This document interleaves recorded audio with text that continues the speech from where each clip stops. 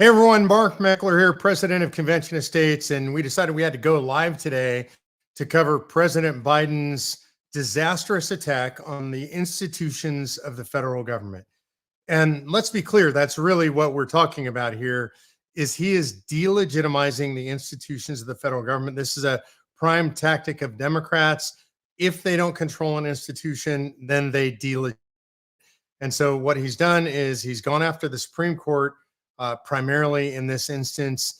And the Supreme Court is an institution in our country that literally has the highest level of legitimacy. Now, the public support for the Supreme Court has declined over the last several years, primarily as a result of attacks by liberals on the Supreme Court, on the legitimacy of the Supreme Court.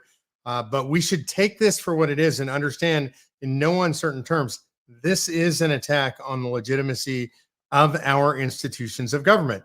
As conservatives, we tend to be traditional people, rule of law people, institutionalists, not institutionalists for a sake of institution, but institutionalists for sake of stability and rule of law over time in our society. So when you undermine the systems of governance and people's faith in the systems of governance, when you do that by direct attack or you do it just by acting in a way that destroys faith in our systems of governance, well, then you're a Marxist or a leftist, because it means what you want to do is you want to overthrow the system.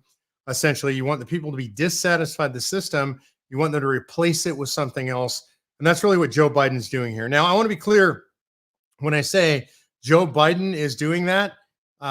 Joe's not doing anything because Joe Biden doesn't even actually know what's going on anymore.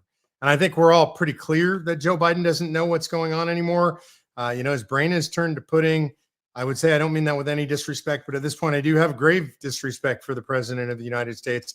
He should have resigned long ago. He's non-compos mentis. His brain is not there. He cannot function. I don't believe that he knows anything that's been put out in this proposal. One way you can tell that, by the way, is this was released. The op-ed tied to this proposal was released at 5 a.m. this morning. We all know Joe Biden was asleep at 5 a.m. because we've been told that he's pretty good between 10 a.m. and 4 p.m. 5 a.m., he's sound asleep. He probably went to sleep the night before at 7 p.m. and he's still long in bed. His night nurse has probably not come in to check his diapers yet in the morning at 5 a.m. But that's when it came out, 5 a.m. And so there is an op-ed around this. Now, he's supposed to be giving a speech. We scheduled our live so that he would have already given the speech so I could react to the speech. But as usual, he's over an hour late. Why is he always late? There's like nothing going on. He's got literally nothing on his schedule. That's a public event. We know that he's not performing most of the duties of the presidency. We know he's canceled 7 foreign trips over the last couple of weeks and into the next couple of weeks. And so what's he doing? Eating pudding? I don't know what he's doing, but he's not doing this. He's not doing anything. He's certainly not giving the speech. Maybe they're struggling to get the meds right, that whatever concoction they have to give him so that he can sit at the Resolute desk and read off of a teleprompter for 5 to 7 minutes. By the way, notice no teleprompters, no glass around here, nothing on the screen. I do have a few notes up here. I do look at notes occasionally, but no teleprompters. We're going to do way more than 10 minutes. We're going to walk through the proposals specifically one by one that the president is proposing to reform the courts. I'm going to do this. Producer G is going to bring them up on the screen. We'll walk through them. We'll talk about them, give you our perspective on them. So G, go ahead. Why don't we go up and throw up the first one up on the screen? All right. It says no one is above the law. Constitutional amendment that would make clear there's no immunity for crimes a former president committed while in office. Okay. No immunity for a former president for crimes committed while he's in office. So what that means, by the way, is full banana republic. Every president will be prosecuted to the full extent of the law every time they leave office. Why would anybody ever want to be president? And by the way, if you want to be president, this is a way to encourage a dictatorship where the president never wants to leave office because he doesn't want to be prosecuted, right? You can't have this. I mean, in order for a president or politicians to operate, generally speaking, generally within the bounds of their responsibilities and duties, they have to be free from legal harassment in order to do so. And this is absolutely ridiculous. This is purely political. This was designed because they didn't like the Supreme Court decision granting President Trump and presidents generally some level of immunity for things done in the course of their job duties. Now, that case, I have to remind you, was not radical. It was not anything crazy. The left would have you believe that the result of that Supreme Court case said that a president could literally shoot somebody and not be prosecuted for it. And that is absolutely false. They know it's false. They're making that stuff up to be inflammatory. The basic outline of the case said president is immune for anything done in the normal scope of his job. That makes sense, right? A president engages in foreign relations within the normal scope of his job. President proposes legislation within the normal scope of his job.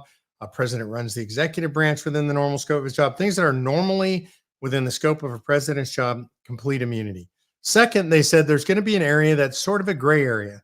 Is the president acting within presidential authority or not? And the courts are going to have to do an analysis on that. And then there are things like he shoots somebody, shoots his wife in the White House. That clearly is outside the scope of his job as president, and there's no immunity for that. This is basically just the state of the law being elucidated by the Supreme Court, confirmed by the Supreme Court. There was nothing radical about it. I have a challenge for Joe Biden. If Joe Biden really believes that no president should have any immunity for anything that they do while they're in office, he could just waive his immunity. Like Joe Biden right now, literally, I don't know how binding this would be legally, but let's just say he did this, sign a letter saying, I hereby waive immunity for anything that anybody alleges that I did that was criminal while I was in office. And if I get accused of any of that, I will not use immunity as a defense. I mean, if he's genuine that presidents should have no immunity, then he's willing to waive his immunity, right? Yeah, I don't think that's ever going to happen. Again, I don't think Potato Joe knows what's going on up there. I don't think he has the mental capacity to waive that. But that would be the sort of symbolic thing to do if he really believed in this. As a side issue, I just want to say, by the way, remember the president signs bills and does things like that. Does he actually have the capacity, the legal mental capacity to do those things right now? I think you could make an argument that he doesn't. He won't take a cognitive test. It's pretty obvious he's in severe cognitive decline. I can tell you, having gone through it recently with my dad, that when folks get to this place, it's clear they can't make rational decisions. Courts would remove their authority. Generally, families often remove that authority from folks, sometimes through a court proceeding. They shouldn't be able to bind themselves. He shouldn't be able to bind the nation, and he's not. Other people are doing it on his behalf. Okay, so that's number one, is the absolute immunity or some immunity for presidents. He thinks there should be none. This is simply a political attack on Donald Trump. Nothing more, nothing less. Producer G, let's go to number two. All right, number two is term limits for the Supreme Court. And it says the president would appoint a justice every 2 years to spend 18 years in active service on the Supreme Court. That's proposal number two, term limits for the Supreme Court. Okay, I want to talk about this generally and then get more specific. Generally speaking, I am not opposed to term limits for the Supreme Court of the United States. Convention of States, that's available under our application, right? Limiting the terms of members of Congress and other federal officials. Of course, judges are other federal officials. So I'm not opposed to that. But let's look at why they're actually doing what they're doing and what he means by that.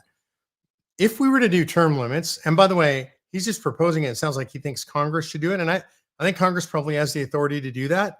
But really, it should be done by constitutional amendment. That's really the right way to do this, in my opinion.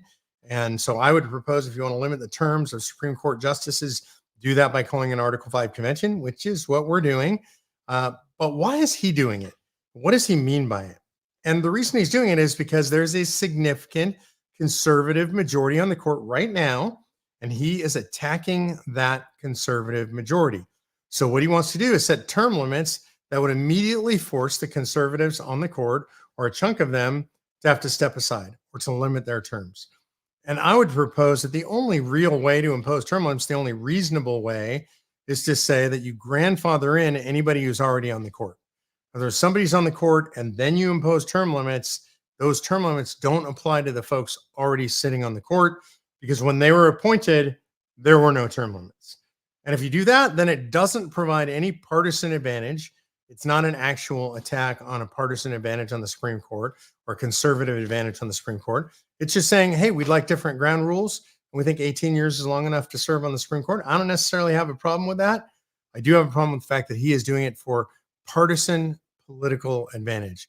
And by the way, while we're talking about term limits for the Supreme Court, it seems like right now, based on Joe Biden, maybe we need age limits for the presidency, maybe age limits for the Supreme Court as well. All right, so that's number 2. Let's go to number 3 proposal by the president right now. An ethics code for the Supreme Court. Justices should be required to disclose gifts, refrain from public political activity, and recuse themselves from cases in which they're when they have financial, they or their spouses have financial or other conflicts of interest. All right. The first question that I would ask is, have we in modern history ever had a significant ethics problem on the United States Supreme Court? And the answer to that's unequivocally no. It just hasn't happened. The Supreme Court justices, whatever their political affiliation, whatever their ideologies, generally hold themselves to very high ethical standards. Part of the reason I think that the American public has faith in the Supreme Court as an institution. They just aren't involved in conflicts of interest. Now, they have their own political ideologies, they have their own set of beliefs, but as far as real ethical conflicts of interest, we don't have this. This is being set up, again, because Joe Biden is intending to attack a conservative majority in the Supreme Court. Specifically, right now, I think on this one, he's shooting at Sam Alito and Clarence Thomas. They apparently have had trips with wealthy conservatives who are allegedly have quote unquote business before the Supreme Court. And the reality is, if you look into it, these people have no business before the Supreme Court. They've given money to partisan organizations who might at some point have written an amicus brief. An amicus brief is a friend of the court brief. It's written by somebody who's actually a non-party by definition, meaning that they don't have business before the court. They're just saying to the court, hey, I'm a friend. I'd like to submit this brief. I have an opinion on this thing. And so that is one of the claims, is that Clarence Thomas has vacationed with a guy by the name of Harlan Crow. Harlan Crow has given money to AEI, American Enterprise Institute. AEI has written some amicus briefs. And so somehow that's a conflict. And it's not. And by the way, Citizens for Self-Governance, one of our C3 organizations, does the occasional amicus brief, but it doesn't mean we have an interest in anything pending before the court. So it's ridiculous that somebody like that would be asked to recuse themselves from a case. I would argue that the most obvious and potentially egregious case of a conflict of interest involves Justice Sonia Sotomayor. And Justice Sotomayor had a huge book contract. I think the publisher was Penguin, might have been Random House, and she had a multi-million-dollar book contract with them. And she ruled on a case of theirs before the court that came out to their benefit. So that sounds like maybe an ethical problem, right? Wrong, actually. It's not. And I don't mean this to impugn Justice Sotomayor in any way, shape, or form. The reality is as clean can be. It was an intellectual property case, and she was writing on something that she's written about and ruled on many times before. And she has the same opinion now as she has had for 20 years on it. It's clearly that any relationship that she had with the publisher has absolutely nothing to do with it. And it was a 9-0 decision. So her vote, her opinion, actually made no difference. It's consistent with her entire life course of history, and it's not an ethical breach. And the idea that President Biden wants the executive branch to exercise some kind of oversight of the ethics of the judicial branch is absolutely inappropriate constitutionally. This is an infringement of judicial power. It's not up to the president. It's not up to Congress. They should not be watching over the ethics of the Supreme Court. And frankly, and thank God, the Supreme Court has generally done a pretty good job of this on their own. And so I'm not worried about it. I don't think we have any evidence that the Supreme Court's doing anything wrong. By the way, I mean that generally speaking, left and right. Although I would say I'd like to know who leaked the Dobbs opinion. It is kind of unbelievable to me. The court can't figure out who has leaked the Dobbs opinion. That, at the very least, seems incompetent. Okay, so I would say overall what we're looking at is that Joe Biden and his cronies are attacking the legitimacy of the Supreme Court. That's mainly what this is about. They don't like it because there's a significant conservative majority on the Supreme Court.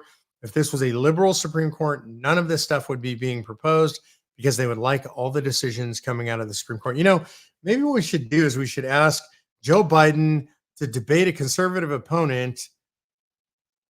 Maybe debates aren't a strong suit right now. That's what I would say, though. Let him defend this. Let him debate this. I don't even know if he's gone live on the air yet. I know he was supposed to go live on the air. Producer G, do you know if he's live yet? Has the president gone live with this press conference? Maybe he slept through his press conference. I don't really know what's going on. That's kind of my overall perspective, though. It's a bunch of noise. None of it's going to happen, by the way. This is just a dirty swipe at the Supreme Court right now to try to delegitimize the Supreme Court. Don't let him do it. Stay calm. Carry on. It's going to be like this all the way through the election. That's all I got. We'll see you next time.